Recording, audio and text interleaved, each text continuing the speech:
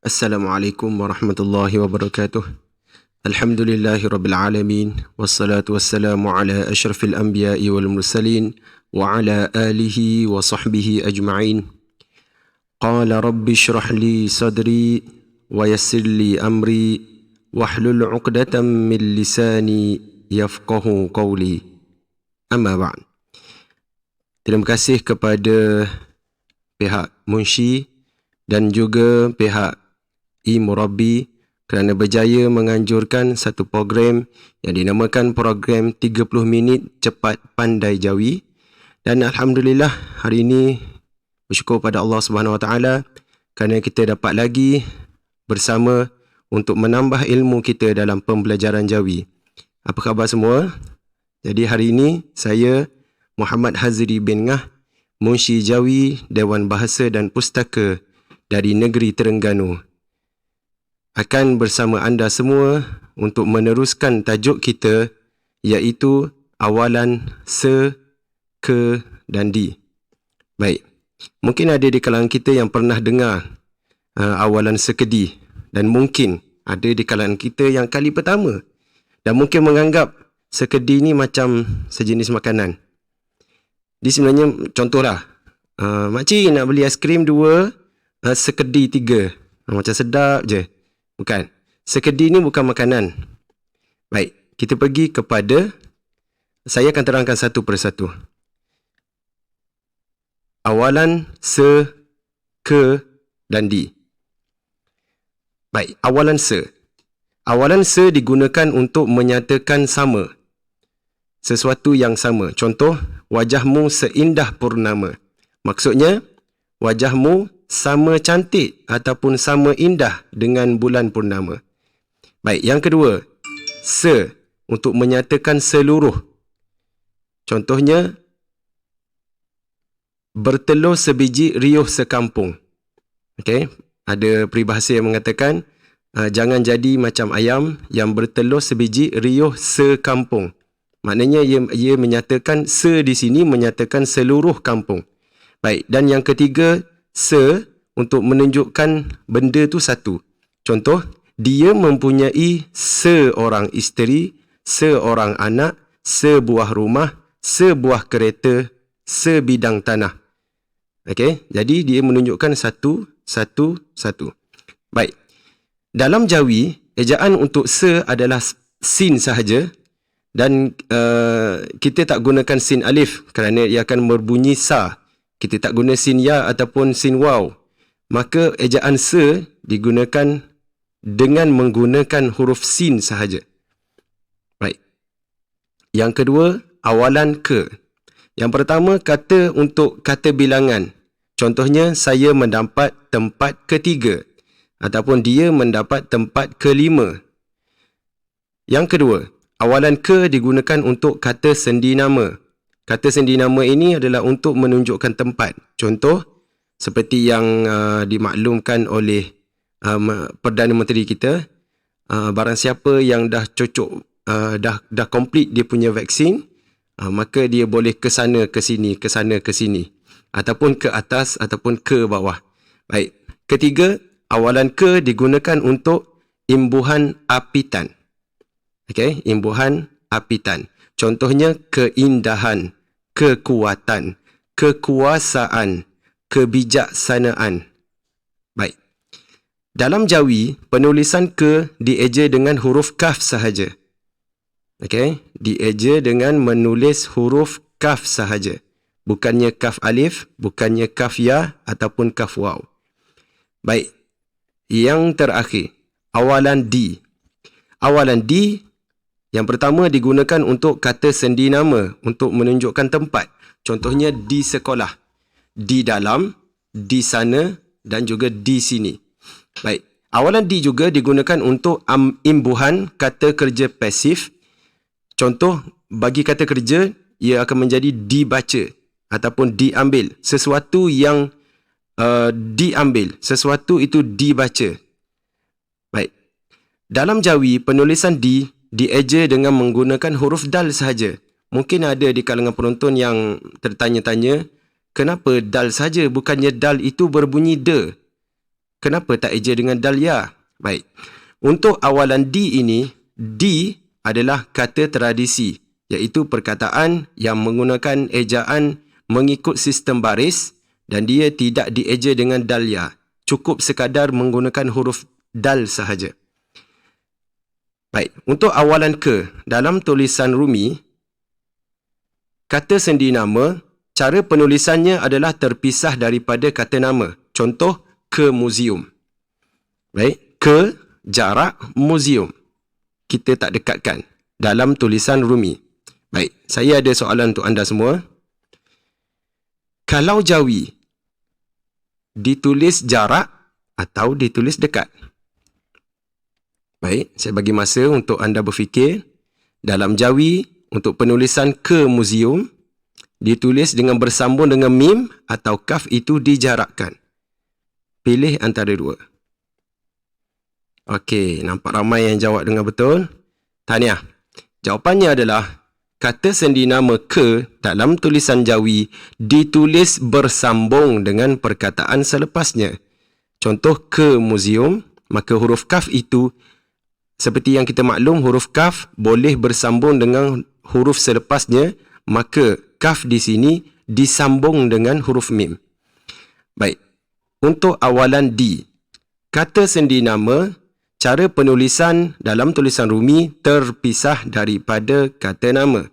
Contohnya di sekolah. Cara penulisannya adalah di jarak sekolah. Baik, dalam tulisan Rumi, dalam tulisan Jawi, yang pertama dijarakkan atau didekatkan. Okey, saya bagi pilihan untuk anda. Dijarakkan atau didekatkan. A atau B. Okey, nampaknya ramai yang dah tahu. Jawapannya adalah B. Kata sendi nama dalam tulisan Jawi untuk D, huruf dal tersebut ditulis rapat tanpa jarak dengan perkataan selepasnya. Baik. Oh, nampaknya kita ada beberapa ekor biri-biri. Okey, yang pertama import dari India, kemudian Asia. Yang ni jauh ni. Brazil. Dari Afrika. Kenapa Afrika ni color putih? Biasanya kalau kambing Afrika ni mesti hitam kan? Jepun, Melaka, Kelantan dan juga Eropah. Kita ada 8 ekor kambing biri-biri dan kita nak asingkan mengikut kandang masing-masing. Okey, di sebelah kanan dan sebelah kiri. So, kalau mengikut pendapat penonton sekalian, macam mana kita nak asingkan? Mungkin ada di kalangan kita yang mengasingkan biri-biri ini mengikut nama tempat. Contohnya Melaka dan Kelantan. Yang dua tu negeri dalam Malaysia. Jadi kita asingkan dan yang lain tu semuanya kami import. Tak. Sebenarnya tak apa-apa. Kita tengok dulu. Kambing ni nak pergi di mana? Baik. Di sebelah kanan kita ada 4 ekor. Di sebelah kiri kita ada 4 ekor. Baik. Yang pertama India, Eropah, Asia dan Afrika. Kemudian yang di sebelah kiri ada Melaka, Kelantan, Jepun dan Brazil. Apa bezanya? Di sebelah kanan kita adalah kata dasar yang bermula dengan huruf alif. Dan di sebelah kiri kita adalah kata dasar yang bermula dengan huruf selain alif. Tak kira lah huruf mim, macam contoh yang diberikan ni mim, kaf, jim ataupun ba. Maka, cara penulisan untuk kita masukkan awalan se ke di, kita kena asingkan perkataan yang bermula dengan alif ataupun perkataan yang bermula dengan selain huruf alif. Baik, kita tengok contoh seterusnya. Bagi kata dasar yang bermula dengan huruf selain alif, yang kita ambil tadi, Melaka, Kelantan, Brazil dan juga Jepun. Kemudian kata dasar bermula dengan huruf alif, India, Afrika, Asia dan juga Eropah. Baik, kita asingkan siap-siap. Kemudian kita masukkan awalan ke. Contohnya, saya mahu ke Melaka. Ataupun dia akan ke Kelantan. Atau pakcik itu tinggal di Brazil. Atau saudara saya tinggal di Jepun. Baik. Cara penulisan untuk kata dasar yang bermula dengan huruf selain alif, kita hanya sambungkan huruf kaf dan perkataan kata dasar tersebut tidak mengalami apa-apa perubahan. Contohnya ke Melaka dan ke Kelantan. Kemudian untuk awalan D, kita hanya dekatkan dengan huruf macam kat Brazil ni, kita dekatkan huruf dal dengan huruf ba, dan juga untuk perkataan di Jepun, kita dekatkan huruf dal dengan huruf jim. Perkataan ataupun kata dasar ini tidak mengalami apa-apa perubahan. Baik. Untuk perkataan yang bermula dengan huruf alif, kita masukkan awalan ke. Dia akan jadi ke India, ke Afrika, di Asia dan juga di Eropah. Baik. Cara penulisannya, huruf kaf seperti yang kita maklum, huruf kaf boleh bersambung dengan huruf selepasnya. Kita pun tulis kaf sambung dengan alif.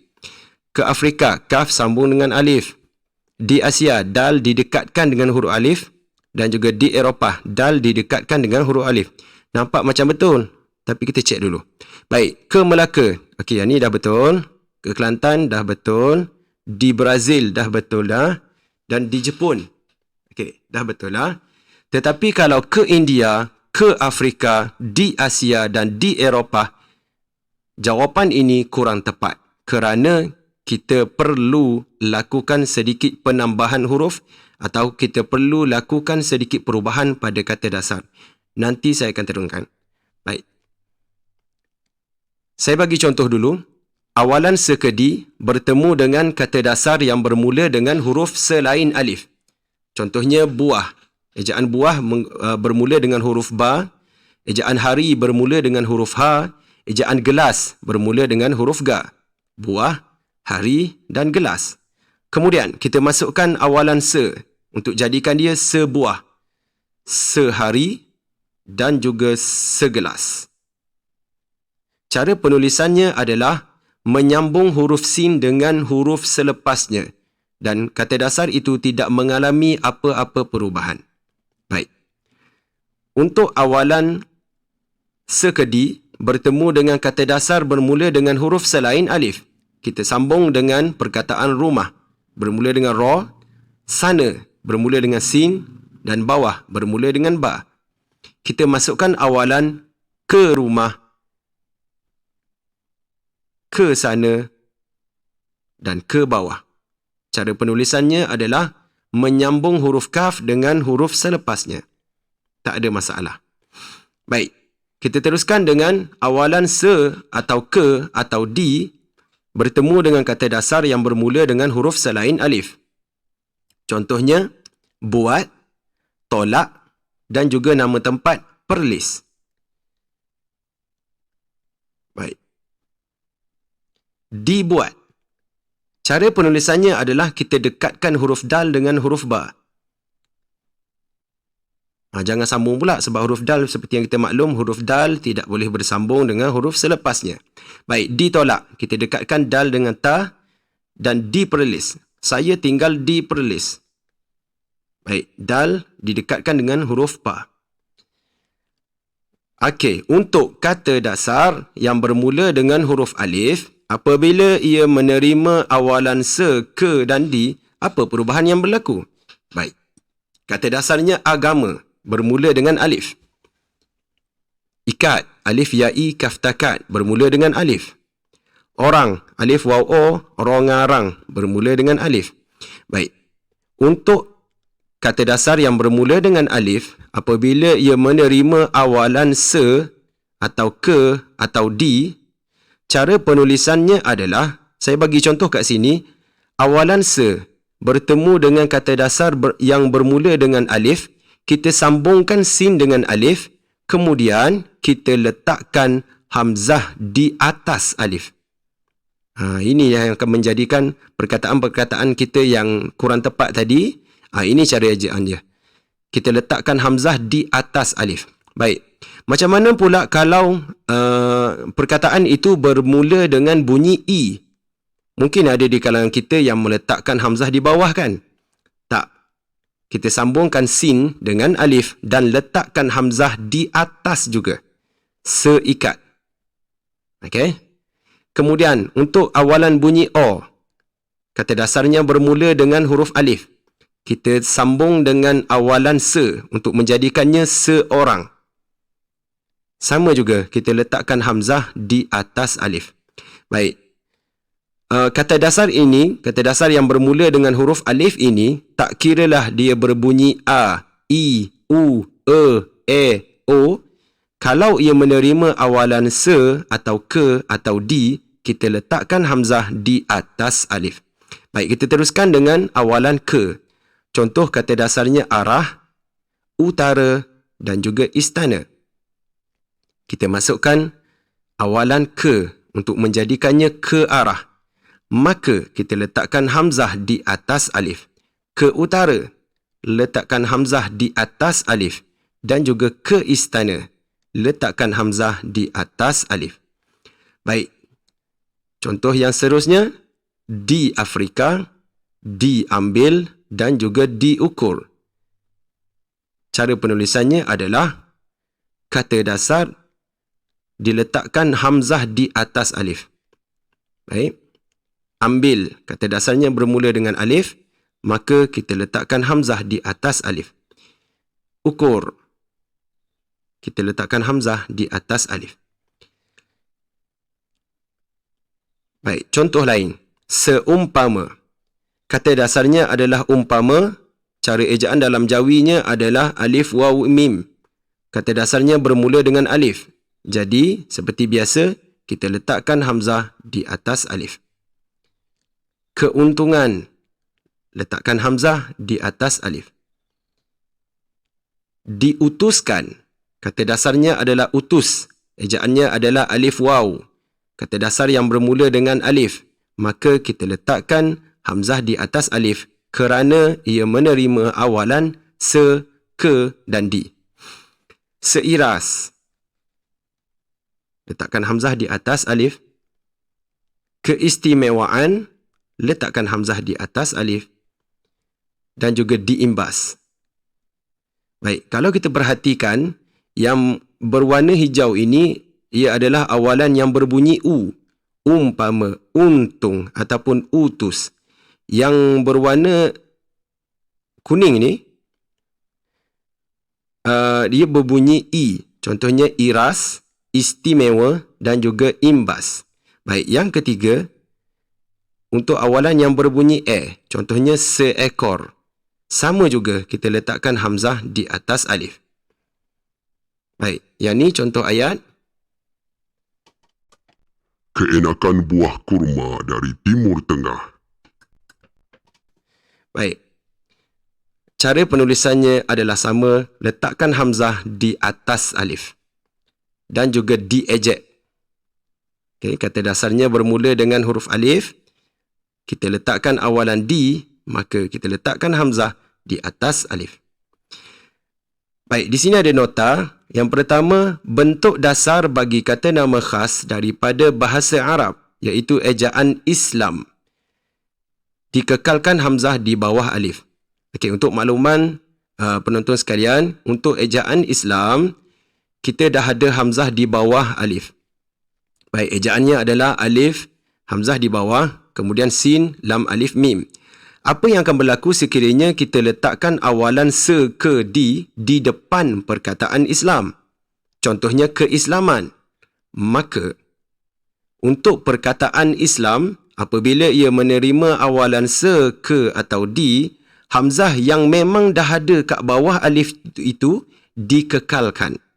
Okey? Tak perlu angkat buat naik atas ke, tak payah. Ataupun kita gugurkan, tak boleh. Kita kekalkan hamzah di bawah alif. Baik. Bagi perkataan iman, kata dasarnya tidak ada hamzah. Okey, ejaan iman adalah alif ya, tidak ada hamzah. Apa yang akan berlaku sekiranya ia menerima awalan se atau ke atau di? Contohnya keimanan. Baik, untuk perkataan keimanan, hamzah diletakkan di atas alif. Kerana kata dasarnya belum ada hamzah. Berbeza dengan Islam. Kalau Islam, ia dah ada hamzah kat bawah. Kalau iman, dia belum ada hamzah. Sekiranya ia menerima awalan se ke di, dia akan sama dengan perkataan-perkataan lain yang belum ada hamzah, maka kita letakkan hamzah di atas alif. Sama juga dengan perkataan ikhlas. Okey, ikhlas kata dasarnya adalah bermula dengan alif dan ia tidak mempunyai hamzah. Sekiranya ia menerima awalan se, ke atau di, contohnya keikhlasan, maka kita letakkan hamzah di atas alif. Okey, saya harap semua penonton faham. Baik, untuk nota yang terakhir, kata dasar bermula dengan huruf alif. Contohnya nombor 6, ejaannya alif, nun, mim. Alif, nun, mim, nam. Okey, kata dasar bermula dengan huruf alif. Menerima awalan se atau ke atau di, okey, salah satu daripada se ke di tadi, dan ia membentuk kata ganda. Hamzah diletakkan di atas huruf alif pertama sahaja. Kata ganda ni macam mana? Kata ganda ni adalah proses pengulangan kata. Okey, saya bagi contoh. Kata dasarnya adalah 6. Kita masukkan awalan ke untuk menjadikannya ke-6. Okey, cara penulisannya, hamzah diletakkan di atas alif pada alif pertama sahaja. Untuk kata yang kedua ini tak perlu letak apa-apa. Baik, contoh lain, akan. Kita masukkan awalan se, ia akan menjadi seakan-akan. Maka hamzah diletakkan di atas alif yang pertama sahaja. Baik, untuk perkataan seterusnya, anak. Pakcik itu bersifat keanak-anakan. Contoh, keanak-anakan. Apabila ia menerima awalan ke dan kata dasar yang bermula dengan alif itu diletakkan hamzah. Okey, tetapi kita letakkan hamzah pada alif yang pertama sahaja, pada kata yang pertama sahaja. Baik. Di sini ada uji minda. Jadi saya akan bagi masa 5 saat bagi setiap soalan. Maka para penonton sekalian boleh mencuba untuk menjawab, sama ada jawab A atau B atau terus menjawab mengeja ejaan Jawi yang betul. Baik. Sudah bersedia? Kita pergi kepada soalan yang pertama. Ke kedai. Cara penulisan ke kedai, ke dengan kedai dijarakkan. Dalam tulisan Rumi, dijarakkan. Apa yang akan berlaku kalau kita jawikan ke kedai ini? Baik, saya bagi dua pilihan. A, ke dengan kedai dijarakkan, dan B, ke kedai disambung terus. Saya bagi 5 saat dari sekarang.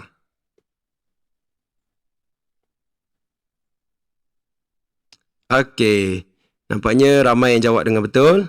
Baik, tahniah. Jawapannya adalah B. Kenapa B? Awalan ke, iaitu huruf kaf, akan ditulis bersambung dengan kata dasar. Ia tidak jarakkan. Okey, sama ada ia adalah frasa nama ataupun ia adalah kata berimbuhan, maka ke ini disambung dengan kata dasar. Baik. Bersedia untuk soalan seterusnya. Soalan kedua. Di pasar. Okey, di pasar. Kata dasar seperti yang mana kita maklum, pasar ini adalah kata dasar yang bermula dengan selain alif. Kemudian di ini dieja dengan huruf dal sahaja. Persoalannya timbul, dal nak dekat ke nak jarakkan dengan kata dasar? Baik, saya bagi dua pilihan. A, kita dekatkan dengan kata dasar, dan juga B, kita jarakkan seperti dalam tulisan Rumi. 5 saat dari sekarang.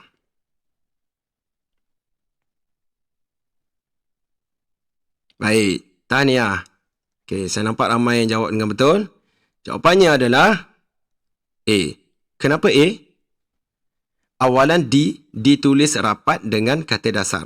Dan kita dah maklum huruf dal ini tidak boleh bersambung dengan huruf selepasnya. Kita cuma dekatkan tanpa jarak. Baik, soalan seterusnya. Untuk soalan ketiga, seutas. Kata dasarnya adalah utas. Cuba eja utas. Kalau kita perhatikan ejaan utas adalah alif waw. Maka kita, seperti yang kita maklum, kata dasar ini bermula dengan huruf alif. Apabila ia menerima awalan se, apakah yang akan berlaku? A, kita letakkan hamzah di atas alif, dan B, kita biarkan, kita tak usik pun kata dasar. Baik, saya bagi anda semua 5 saat dari sekarang.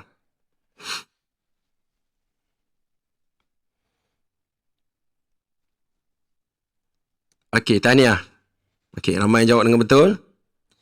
Yang type pun ada, yang jawab A, B pun ada. Okey, tak ada masalah. Okey, jawapannya adalah A. Kenapa A? Kata dasar yang bermula dengan alif, apabila ia menerima awalan se, hamzah diletakkan di atas alif. Okey. Baik, seterusnya yang keempat. Diislamkan. Kita dah belajar tadi perkataan Islam memang dah ada hamzah di bawah alif. Baik. Untuk perkataan diislamkan, apakah yang akan berlaku kepada hamzah tersebut? Diletakkan di atas alif atau B, dikekalkan hamzah di bawah alif. 5 saat dari sekarang.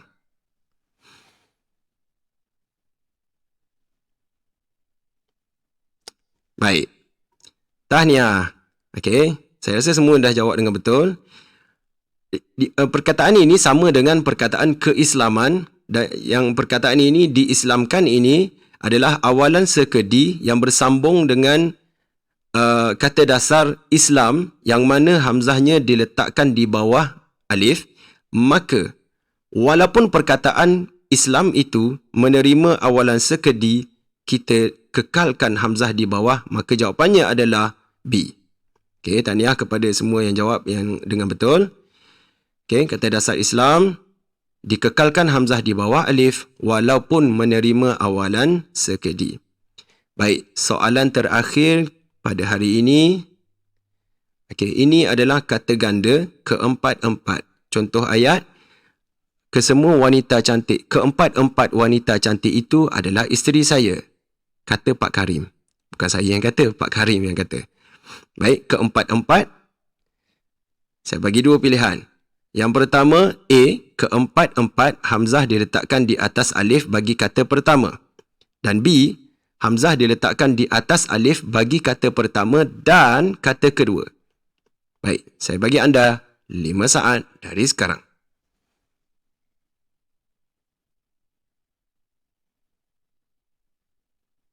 Okey, masa dah tamat. Okey, jawapannya adalah A ke B? B ke A? Okey, jawapannya adalah, okey, betul. Jawapannya adalah A. Kerana kata dasar yang bermula dengan alif menerima awalan se ke D dan membentuk kata ganda. Contoh yang saya bagi tadi, keempat-empat, keenam-enam, seakan-akan, keanak-anakan. Maka hamzah diletakkan pada huruf alif pertama sahaja. Baik, alhamdulillah. Jadi saya rasa hari ini kita dah sampai ke penghujung program. Ini saja daripada saya. Sekian, terima kasih. Dan saya ingin memohon kemaafan sekiranya ada kekurangan ataupun ada terkasar bahasa. Dan jangan lupa subscribe channel saya Muhammad Hazri di YouTube. Dan insyaAllah kalau panjang umur kita akan berjumpa lagi. Wallahu'alam. Sekian, terima kasih. Assalamualaikum warahmatullahi wabarakatuh.